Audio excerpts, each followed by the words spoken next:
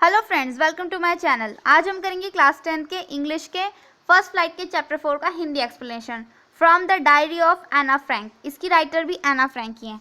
तो गाइस, बिना time waste करे हम स्टार्ट करते हैं हमारे एक्सप्लेनेशन को। एनी लीज मेरी एनी फ्रैंक, जून 12, 1929, फरवरी मार्च 1945 जर्मनी में पैदा हुई एक लड़की थी जिसने द्वितीय विश्व युद्ध के दौरान अपने परिवार और 4 मित्रों के साथ एम्स्टर्डम में छिपे रहकर लिखा। जब नीदरलैंड पर जर्मनी का आधिपत्य था, उसका परिवार एम्स्टर्डम चला गया था जब जर्मनी में नाजी सत्ता में आए, परंतु जब नाजियों का कब्जा नीदरलैंड तक पहुंचा तो वे फंस गए। जब यहूदी जनता के प्रति उत्पीड़न बढ़ा तो ये परिवार जुलाई 1942 में अपने पिता ऑटो फ्रैंक के दफ्तर के कमरों में जा छुपे, परंतु 2 वर्ष बाद उनसे धोखा हुआ और उन्हें सामान्य केंद्र भेज दिया गया, जहां बर्गन बेल्सन में अपनी बहन मार्गोट फ्रैंक के कुछ दिन पश्चात एनी की तंदिक जवर से मृत्यु हो गई। उसके पिता ऑटो, जो उस दल में अकेले बचे थे, युद्ध खत्म होने के बाद एम्स्टर्डम लौटे और एनी की सुरक्षित डायरी उन्हें मिली। ये विश्वास होने पर कि ये एक अनोखा संग्रह है, उन्होंने इसे एक छोटी लड़की की डायरी के नाम से अंग्रेजी में छपवाया। ये डायरी एनी को उसके 13वें जन्म दिवस पर दी गई थी और इसमें 12 जून 1942 से लेकर उसके जीवन की सभी घटनाओं का वर्णन था। 1 अगस्त 1944 की उसकी अंतिम प्रविष्टि तक है। बाद में मूल डच भाषा में कई भाषाओं में इसका अनुवाद किया गया और ये विश्व में सर्वाधिक पढ़ी जाने वाली पुस्तक बन गई।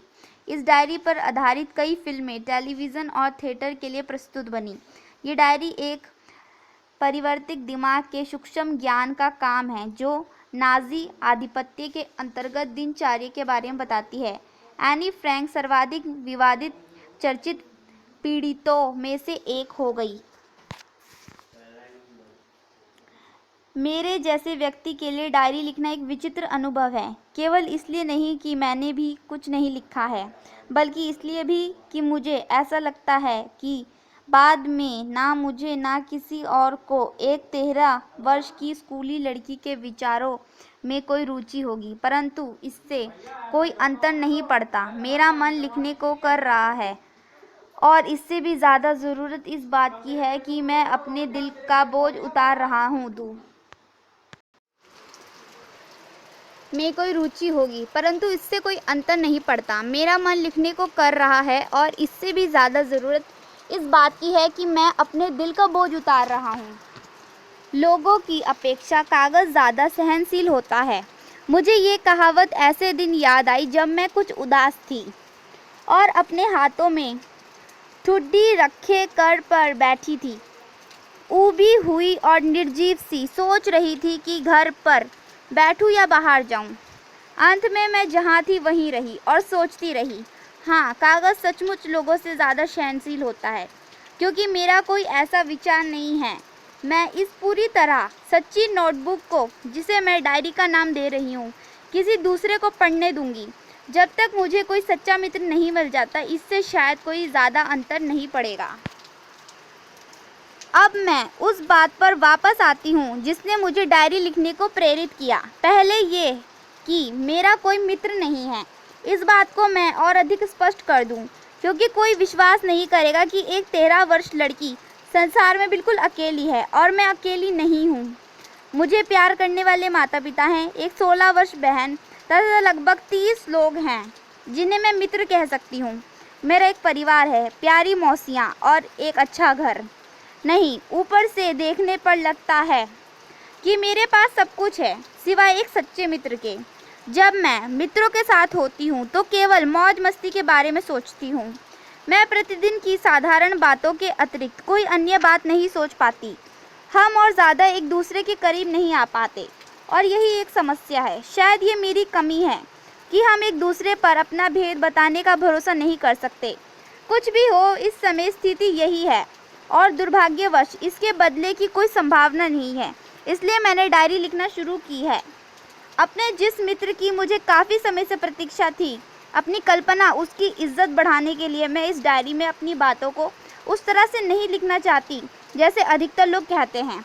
मैं चाहती हूँ ये डायरी मेरे मित्रों हो और मैं इस मित्र का नाम किट्टी रखने वाली हूँ, क्योंकि कोई भी व्यक्ति किट्टी को बताई बातों को एक शब्द भी नहीं समझ पाएगा यदि मैं इन्हें सीधे लिखना शुरू कर दूं। इसलिए मैं अपने जीवन का एक संक्षिप्त परिचय देती हूँ, हालांकि ऐसा करने मुझे अच्छा नहीं लगता। मेरा पिताजी उन सबसे प्यारे पिता थे जिन्हें मैंने देखा था। उन्होंने मेरी माँ से विवाह तब किया जब वे 36 वर्ष के थे और वे 25 की। मेरी बहन मार्गोट का जन्म 1926 में जर्मनी के फ्रैंकफर्ट में हुआ। मेरा जन्म 12 जून 1929 को हुआ। मैं 4 वर्ष की आयु तक फ्रैंकफर्ट में रही। मेरे पिता 1933 में हॉलैंड चले गए। मेरी माँ एथिड होल्डर फ्रिंक सितंबर में उसके साथ हॉलैंड चली गई, जबकि मुझे और मार्गोट को मेरी दीदी के साथ रहने के लिए एचिन भेज दिया। मार्गोट दिसंबर में हॉलैंड चली गई और पीछे पीछे परिवार में भी वहां पहुंच गई। जब मुझे भेज पर मार्गोट के लिए जन्मदिन के उपहार की तरह रख दिया गया, मैंने मॉन्टेसरी नर्सरी स्कूल में जाना शुरू कर दिया। 6 वर्ष की होने तक मैं वहीं पढ़ती रही। तब मैं पहली कक्षा में थी। 6ठी कक्षा में मेरी अध्यापिका श्रीमती कुपरेस थी, जो वहाँ की मुख्य अध्यापिका थी। वर्ष के अंत में जब हम दोनों ने एक दूसरे के हृदय विदारक विदा ली, दोनों के आंसू भर आए। 1941 की गर्मियों में दादी बीमार पड़ गई, इसलिए मेरा जन्मदिन बिना किसी विशेष उत्सव के बीत गया। कोई नहीं जानता कि मुझे उसकी कितनी याद आती है और मैं उसे अब भी प्यार करती हूँ। ये निश्चय किया गया है कि 1942 के इस जन्मदिन पर पहले जन्मदिन की कमी को पूरा कर दिया जाए और दादी की मोमबत्ती भी बाकी मोमबत्तियों के साथ जला दी जाए। शनिवार 20 जून। Dearest kitty, 1942। प्रियतम किट्टी, हमारी पूरी कक्षा की टांगें कांप रही थी।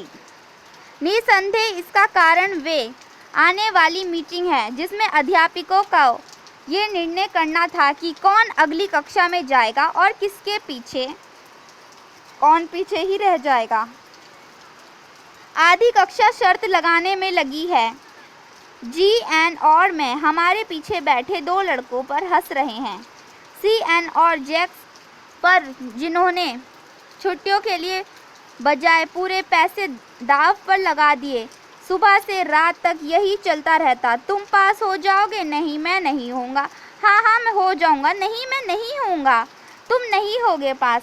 जी की परिवर्तन भरी नजरें और मेरे क्रोध भरे शब्द भी उन्हें खामोश नहीं कर पाते। यदि तुम मुझसे पूछा तो मैं कहूँगी कि हमारी कक्षा में नालायक इतने ज़्यादा हैं कि 1/4 कक्षा को पीछे ही रखा जा सकता है, फेल किया जा सकता है। किंतु अध्यापक इस पृथ्वी के सबसे विचित्र पर जाती हैं, पता नहीं कब क्या कर दें। मैं अपनी सहेलियों और अपने बारे में चिंतित नहीं हूँ। हम पास हो जाएंगी। केवल एक विषय जिसके बारे में मैं निश्चित नहीं हूँ, वह है गणित। कुछ भी हो, हम प्रतीक्षा करने के अतिरिक्त और कुछ नहीं कर सकते। तब तक हम एक दूसरे से ही कहते रहे कि हिम्मत मत हारो। मेरी अपने सभी अध्यापकों के साथ बनती है। वहाँ कुल 9 हैं, 7 पुरुष 2 महिलाएं। मी किसिंग वे बूढ़ा दकियानुष जो गणित पढ़ाता है, युगों से मुझसे नाराज था क्योंकि मैं बहुत बोलती थी। अनेक चेतावनियों के बाद उसने मुझे दृढ़ स्वरूप अतिरिक्त गृह कार्य दे दिया। एक बातूनी, इस विषय पर लिखने को एक लेख। एक बातूनी, इस विषय पर आप क्या लिख सकते हैं? इसके बारे में बाद में सोचूंगी, मैंने निश्चय किया। शीर्षक को मैंने अपनी नोटबुक में लिखा, उसे अपने बैग में ठूसा और चुप बैठने की कोशिश की। उस शाम जब मैं अपना बाकी का गृह कार्य पूरी कर चुकी थी, मेरी नज़र लेख वाले उस नोट पर पड़ी। अपने फाउंटेन पेन के सिरे को चबाते हुए मैं उस विषय पर सोचती रही। कोई भी शब्दों के बीच बड़ी बड़ी खाली जगह छोड़ता हुआ इधर उधर की बातें लिख सकता है, परंतु चतुराई इस बात में थी कि बोलने की ज़रूरत को साबित करने के लिए ठोस दिलाले जी जाए। मैं लगातार सोचती रही और मैंने 3 प्रश्न लिख दिए जो मी किसिंग ने मुझे लिखने को दिए थे और संतुष्ट हो गई। मैंने ये तर्क दिया कि बातें करना एक विद्यार्थी की विशेषता होती है और ये भी लिखा कि इसे काबू में रखने की पूरी कोशिश करूँगी, परंतु स्वयं को इस आदत से कभी ठीक नहीं कर पाऊँगी, क्योंकि मेरी माँ भी अगर मुझसे ज़्यादा नहीं तो मेरे जितना ही बोलती थी और आप वंशानुगत आदतों के बारे में कुछ नहीं कर सकते। मिस्टर किसिंग मेरी दिलालों पर खूब हंसे, किंतु मैं जब अगले पाठ के दौरान फिर से बोलने लगी तो उन्होंने मुझे एक और लेख लिखने को दिया। इस बार का लेख था एक असाध्य बातूनी। मैंने इसे लिख पर सौंप दिया और इसके बाद पूरे 2 पाठों के दौरान मिस्टर किसिंग की शिकायत का मौका ना मिला, परंतु तीसरे पाठ के दौरान वे और सहन नहीं कर पाए। एनी फ्रैंक कक्षा में बोलने के दृढ़ स्वरूप तुम्हें एक लेख लिखना होगा जिसका शीर्षक होगा का बातूनी औरत ने कहा। कक्षा ठहाके लगाते हुए हंस पड़ी।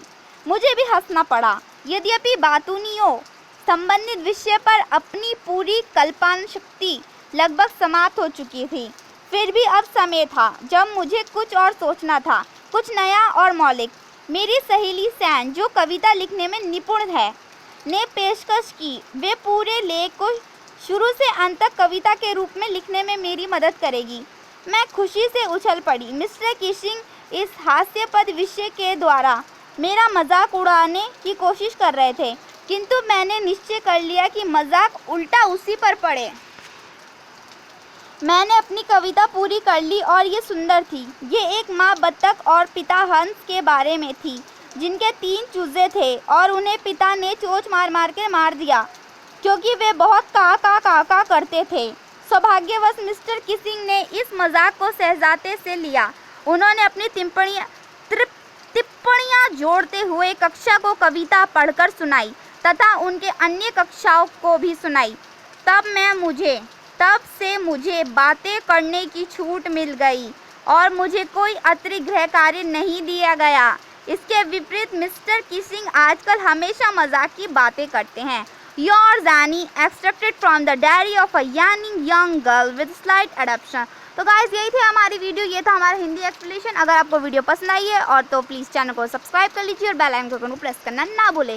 तो guys like comment and subscribe my channel. So guys thank you for watching. Bye bye guys.